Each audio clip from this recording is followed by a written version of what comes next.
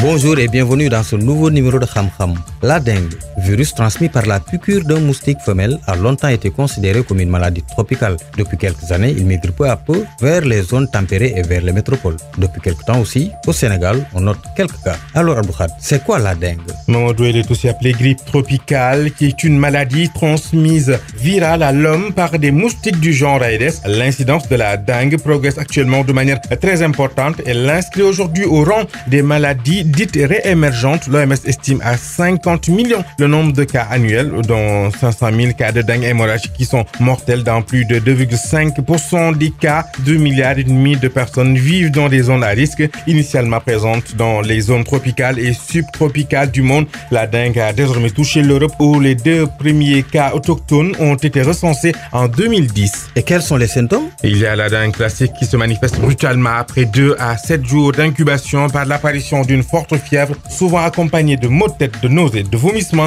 de douleurs articulaires et musculaires et d'une éruption cutanée ressemblant à celle de la rougeole. Au bout de 3 à 4 jours, une brève rémission est observée, puis les symptômes s'intensifient, des hémorragies conjonctivales, des saignements de nez ou des ecchymoses pouvant survenir avant de régresser rapidement. Au bout d'une semaine, la guérison s'accompagne d'une convalescence d'une quinzaine de jours. La dengue classique, bien que fort et bien invalidante, n'est pas considérée comme une maladie sévère. Il y a également la dengue hémorragique qui représente 1% des cas de dengue dans le monde, qui est extrêmement sévère. La fièvre persiste et des hémorragies multiples, notamment gastro-intestinales, cutanées et cérébrales, surviennent souvent. Chez les enfants de moins de 15 ans notamment, un état de choc hypovolémique peut cependant s'installer, entraîner des douleurs abdominales et sans perfusion provoquer la mort. C'est quoi le traitement adapté? Il n'y a pas de traitement antiviral spécifique de la dengue. Les malades bénéficient donc uniquement d'un traitement symptomatique destiné à lutter contre la fièvre, les douleurs musculaires et les céphalées, à prévenir la déshydratation. Un repos au lit est généralement conseillé. Il faut également éviter l'aspirine qui risque d'aggraver les manifestations hémorragiques ainsi que les médicaments anti-inflammatoires non stéroïdiens. En cas de dengue hémorragique, une hospitalisation et en réanimation est nécessaire. Est-ce qu'on la retrouve au Sénégal? Elle est bien présente dans notre pays depuis un certain temps et c'est circonscrit dans la région de Fatick. Encore un nouveau cas de dengue cette semaine noté, ce qui porte à 19 le nombre de personnes frappées par cette maladie dans cette localité. Il n'y a pas de cas grave, assurance du médecin-chef de la région médicale de Fatick, Mamadou Sarr. Heureusement, aucun cas de décès n'est jusque-là noté.